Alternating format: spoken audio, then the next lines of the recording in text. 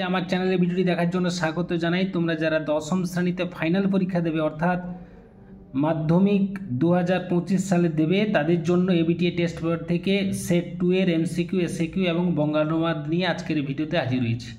আশা করি ভিডিওটি শুরু থেকে শেষ পর্যন্ত দেখবে, তাতে অনেক উপকৃত হবে। তো চলো এবার শুরু করা যাক। যেহেতু এই বইয়ের শেষে এমসিকিউ উত্তরগুলো করে দেওয়া হয়েছে, কাজেই সেগুলো একটু দেখে নাও, তারপরে আমরা সরাসরি এসএকিউতে চলে যাব।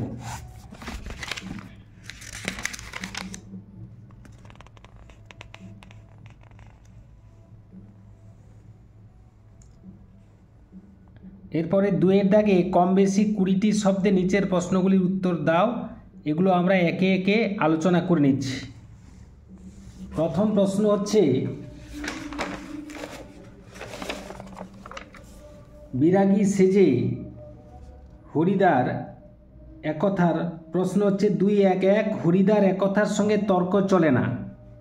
উত্তরটি হবে হরিদার কোন কথার সঙ্গে তর্ক চলে না? উত্তরটি হলো বিরাগী সেজে টাকা অর্থাৎ অর্থ স্পর্শ করার শোভা পায় না। অর্থ বা টাকা স্পর্শ করলে ঢং নষ্ট হয়ে যায়। হরিদার এই কথার সঙ্গে তর্ক চলে না।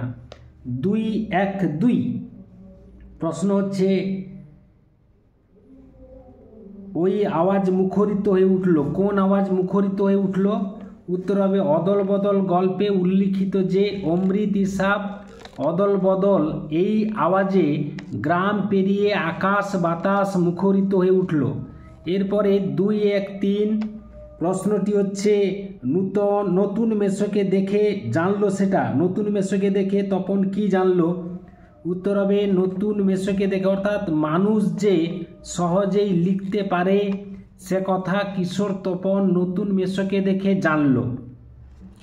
পরবর্তী প্রশ্ন 2-1-4 তাছাড়া আমার বড় লজ্জা, বক্তার লজ্জা কেন?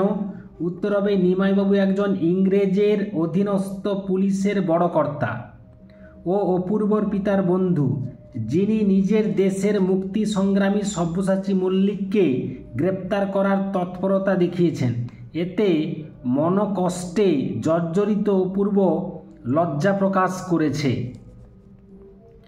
এরপরে হচ্ছে 2-1-5 এতকাল নদের চাঁদ গর্ব অনুভব করিয়াছে। নদের চাঁদ এতকাল কার জন্য গর্ব অনুভব করেছে?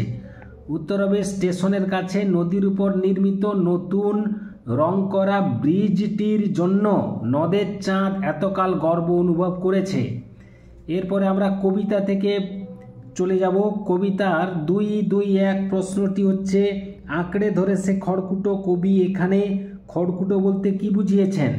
উত্তর হবে খড়কুটো বলতে 2-1টি গানের কথা বলা হয়েছে। 2-2-2 প্রশ্নটি হচ্ছে, রুষিবেন দেব, দেব কেন রুষিবেন? উত্তর হবে রাবণপুত্র ইন্দ্রজিৎ বর্তমানে বেঁচে থাকা সত্ত্বেও যদি পিতা রাবণ যুদ্ধযাত্রায় যান তাহলে কুলদেবতা অগ্নিদেব রুষ্ট হবেন। এর পরবর্তী প্রশ্ন রয়েছে 2-2-3 আমাদের ইতিহাস নেই এমন বলা হয়েছে কেন?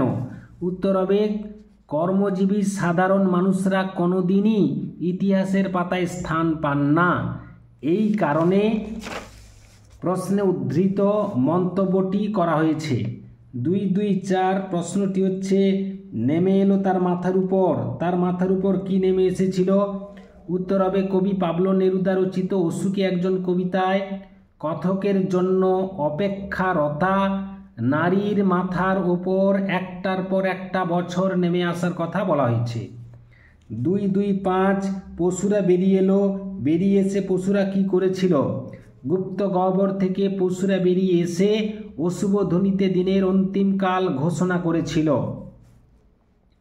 এরপরে 2-3 দাগে প্রশ্ন 2-3-1 এই রকম ভুল সাধারণ পাঠকের পক্ষে অনিষ্টকর। এই ভুল থেকে উত্তরণের জন্য লেখকের পরামর্শ কি? উত্তর হবে লেখক রাজশেখর বসুর পরামর্শটি হলো বৈজ্ঞানিক রচনা প্রকাশের আগে অভিজ্ঞ লোককে দিয়ে তা যাচাই করে নেওয়া প্রয়োজন। এরপরের পরবর্তী প্রশ্ন 2-3-2 তাদের দোয়াতে গোজা পালকের কলম। এখানে তাদের বলতে কাদের কথা বলা হয়েছে?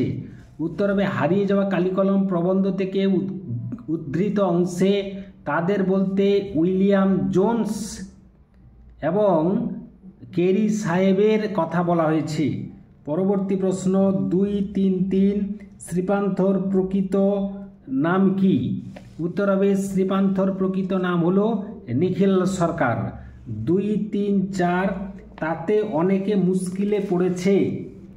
অনেকে মুশকিলের কারণ কি? উত্তর হবে রাজশেখর বসুর মতে সরকার থেকে উদ্যোগ নিয়ে দেশি পরিভাষা প্রচলন করায় অনেকে মুশকিলে পড়েছেন, কারণ তারা ইংরেজিতে অভ্যস্ত বলে পরিভাষাগুলি তাদের নতুন করে শিখতে হচ্ছে। এরপরে আমরা চলে যাব ব্যাকরণগত প্রশ্ন। ব্যাকরণগত প্রশ্ন, প্রথম প্রশ্ন হচ্ছে 2-4-1 শর্ত সাপেক্ষ বাক্যের উদাহরণ দাও। এরপরে ব্যাকরণগত প্রশ্ন উত্তরগুলো একটু আমরা জেনে নিই। যেহেতু এর আগে এই প্রশ্নের উত্তরগুলো করে দেওয়া হয়েছে, তাই কেবলমাত্র আমি অংশগুলো একটু দেখিয়ে নিচ্ছি, যাতে করে তোমরা স্ক্রিনশট করে নিতে পারো অথবা তুলে নিতে পারো খাতায়। আমরা এরপরে সরাসরি চলে যাব পরবর্তী বঙ্গানুবাদ 9-এর দাগে। 2-4-6 ব্যাস বাক্য কাকে বলে? সমাসবদ্ধ পদকে ভাঙলে বা বিশ্লেষণ করলে যে বাক্য বা বাক্যাংশ পাওয়া যায় তাকে ব্যাস বাক্য বলে বা বিগ্রহ বাক্য বলে। যেমন জ্ঞানচক্ষু, জ্ঞানরূপ চক্ষু সমান জ্ঞানচক্ষু, এখানে জ্ঞানরূপ চক্ষু হলো ব্যাস বাক্য।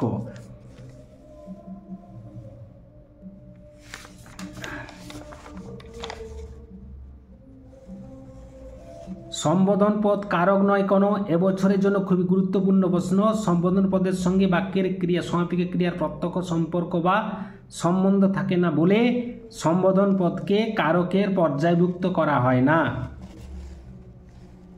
এরপরে আমরা চলে যাব দ্বিতীয় অর্থাৎ 9-এর দাগে বঙ্গানুবাদ অংশে। বঙ্গানুবাদ করতে যেটি দেওয়া ছিল সেটি হলো 9-এর দাগে work is another name of life, idle persons have no place in the earth, so do not waste time. Wastage of time means wastage of life. আমরা এর উত্তরটা জেনে নেব। কাজ হলো জীবনের অপর নাম। দ্বিতীয় বাক্য অলস ব্যক্তিদের পৃথিবীতে কোনো স্থান নেই। তৃতীয় বাক্য তাই সময় নষ্ট করো না। চতুর্থ বাক্য সময়ের অপচয় মানে জীবনের অপচয়।